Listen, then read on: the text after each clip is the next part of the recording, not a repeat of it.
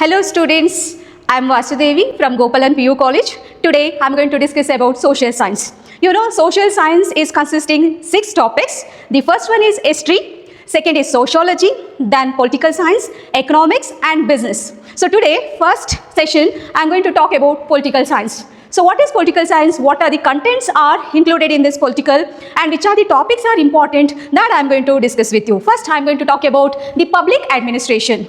What do you know about public administration? Administration of the government. That means affairs of the government. That affairs are related to the people because we are the government, you know very well. So whatever the activities we are doing, all those activities are controlling and supporting by the government. Regarding that, what are all the policies, programs and plans are making by the government of India that we can consider as public administration. That means government administration. So in this, very important topic is importance of public administration. So what are the importance of public administration? Is it really very important? Yes, of course. For your examination point of view, the public administration importance is very important because so many times in your model question paper, this question has been repeated so many times. So let us see, discuss about what are the importance of public administration. In that, the first point is public administration is the pillar of the government. How the house we are going to construct, we need the pillars to construct a very strong house like that. The public administration is very important for the strong government, and if you want to run effectively, what are all the policies and programs we are implementing. In that, you know very well, one can imagine,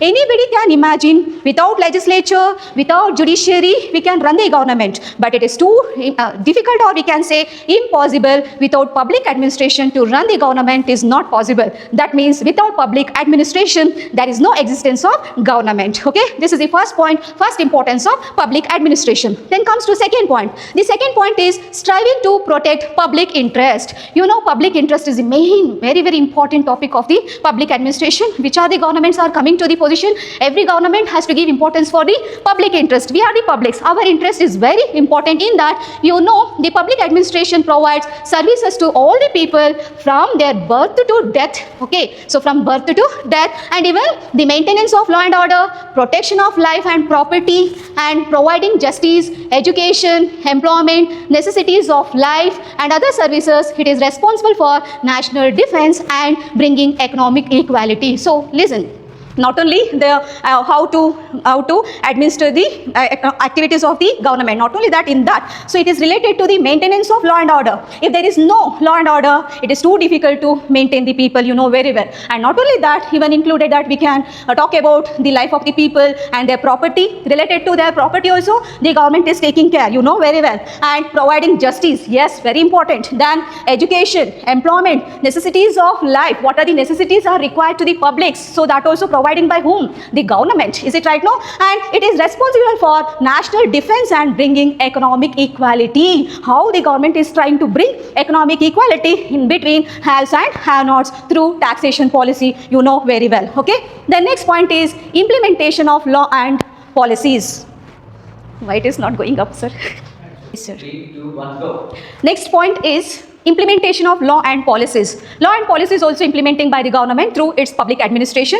So public administration enforce or implementation the laws and policies to regulate the activities of people in society. What is the meaning of regulation? Controlling. Because if you are not controlling through some law and order, it is too difficult to maintain peace. Is it right? No? That's why it is enforcing law and order on publics in the society and maintain law and order if public administration does not function properly. If public administration is not providing safety and security through law and order, what will happen? So then it will remain only mere declaration on paper. That means only in the paper, the law and order will be there and it is not going to active in the economy. Then it is too difficult to maintain the people in the economy is difficult. That's why public administration is very important. That's why it is implementing law and policies to regulate the people in the society. Then next point is strength and social security. You know, what is the strength? What is social security? Social securities are very important. Let us see in this point. So here, society belong to various social and economic classes. You know, socially and economically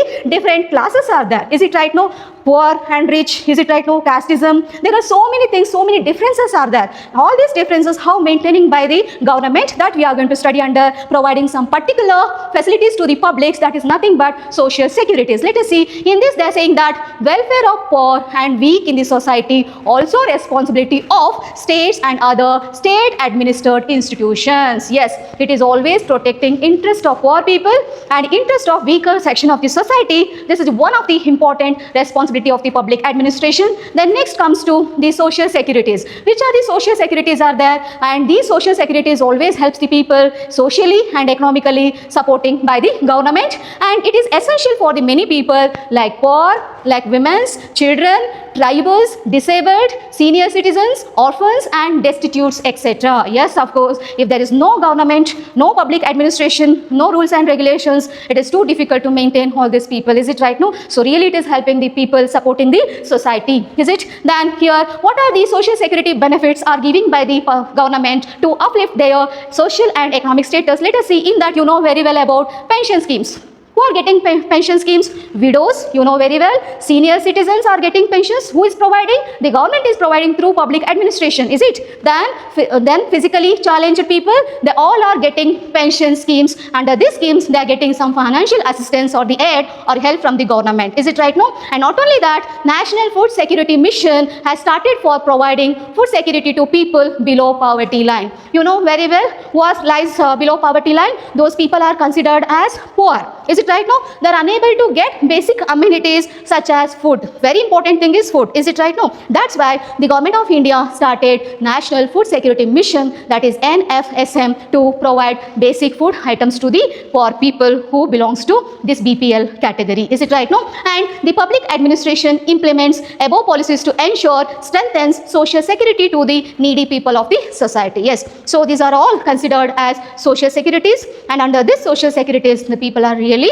be happy and they're enjoying their life, you know very well. That's why the public administration is very important. Let us see what is the next role of the public administration.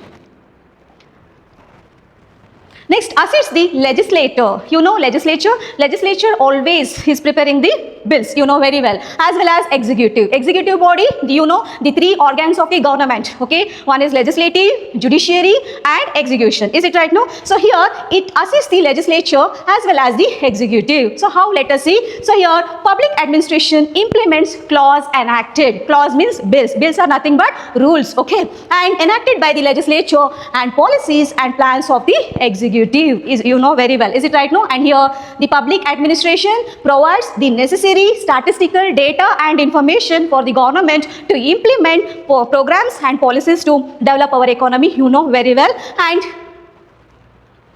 it's gone now. Yes. So the public administration provides the necessary statistical data and information. Thus, public administration plays an important role in the formulation and implementation of public policies. Public policies means government policies, because whatever the policies we are going to implement, this requires data. Data means numerical information. So what is the growth rate? What is the tax rate we are implementing on the publics, on the production units? Everything we need the statistical data. Is it right? Now, who is collecting all these things? Only the departments. Public administrative departments are collecting these data, and these data helpful for the further implementation of programs and policies for the development of the economy, you know very well, is it? And the administration provide necessary details of legislation in drafting the law. Yes, it is always helping the legislative body of the government. What legislative body is doing, you know very well? Legislative body is framing the or creating the law and order, is it right? No, that has to get the permission from the other departments, you know, judiciary, is it right? No, after it will become the law and order in the economy, and for that whatever they are going to draft the law and order, so that purpose also it is helping, or it is always supportive to the legislative body of the government, okay? Then this is whatever the things we have discussed till now related to importance of public administration. And next topic in the same lesson we are going to discuss about UPSC. You know about UPSC, Union Public Service Commission, and this is considered as one of the important topic for your final examination. Here you have to concentrate on functions of UPSC. The next is KPSC, Karnataka Public Service Commission.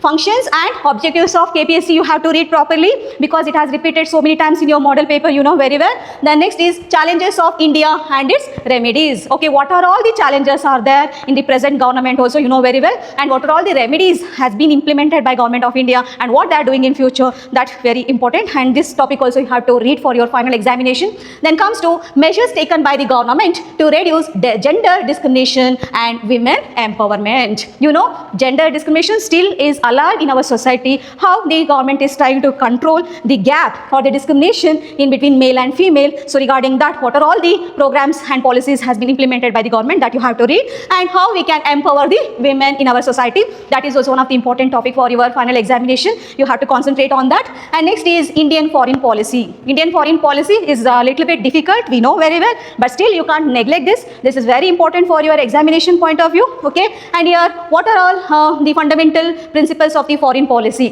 Whatever the foreign policy we have with the rest of the world, what kind of principles we are following to have good relations with rest of the world, that you have to study. Okay, then how is India trying to protect human rights? Very, very important. This is also one of the important concepts you have to concentrate. And the next one is, how is India trying to eradicate terrorism? You know very well how terrorism is disturbing the society, and how government is trying to control the terrorism and even corruption also. Yes, so corruption also you have to read, very important for your examination point of view, and also terrorism. Okay.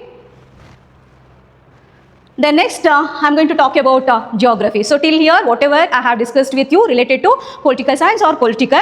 Now the important topics, now I'm going to discuss about geography. In geography, you have to concentrate more on map work. Okay, so go through the map and practice minimum 2 graphs in geography. It will be good for you for your upcoming exam. Okay, so here first lesson is forest resources. You know very well.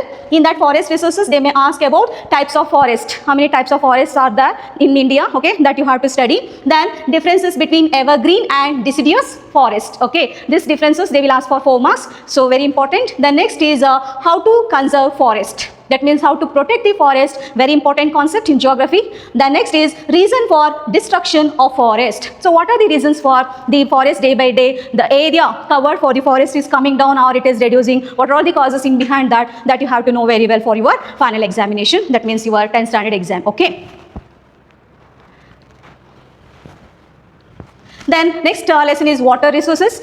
Related to water resources, you must know different types of canals. You know how many types of canals are there. They will ask for your final exam. And types of agriculture, crop season, factors affecting of land use or crop pattern. Okay, so factors affecting of land use and crop pattern, very important. You read properly. Then importance of agriculture, natural disaster in that cyclone, flood. How it is destructing our environment and the land use, that you have to explain. Okay.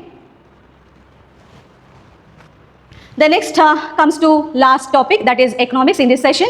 That is, you know very well 5-year plans. So what purpose the government of India implemented 5-year plans after independence? To develop our economy. Is it right? No? Yes. What are all the objectives and achievements of 5-year plans, that you have to explain? Okay. So the main purpose is growth, modernization, self-reliance and equity. These are the 4 major goals of our 5-year plans, you know very well. And including that, you must know objectives of all the 5-year plans. You know the first 5-year plan have its own, that means different aspects. Then compared to second, is it right? No? So all the 5-year plans, they have their own intentions and own the themes, you know very well. Is it? Then next achievements. What are all the development or growth has been taken due to all these 5-year plans, that you have to know very well. Then comes to rural development. You know, rural development is one of the important topic, because more than 60% of the population at present also depending upon agriculture for their livelihood, directly or indirectly. That's why rural development is considered as one of the important topic, you know. Okay, and here next after that, importance of Panchayat Raj, you have to study. The next I will go to budget, very important topic. So what is budget? You know, revenue and expenditure policy of the government for the upcoming year is called what? Budget. Is it right? No. In budget, there are 3 types are there: surplus budget, balanced budget and deficit budget. Okay, for example, India is a developing country. India always announcing deficit budget. Why? What are the reasons? Why not for developed countries? Even some developed countries also implementing deficit budget. What are the uses of the deficit budget? That you must know. Okay. Then next comes to tax. Very important.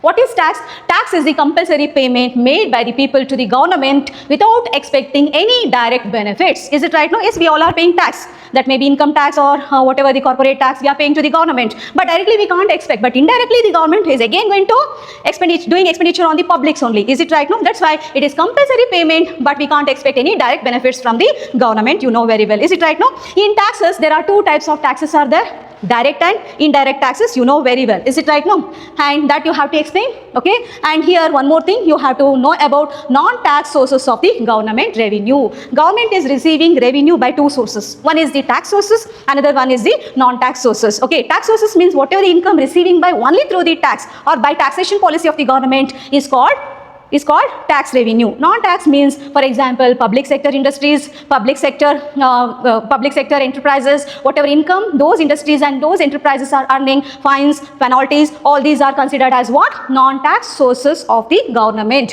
related to its revenue. Thank you, children. Today we have discussed related to political science, geography, and little bit information about the economics. In the next session, I will continue remaining other topics in your social science. Thank you so much.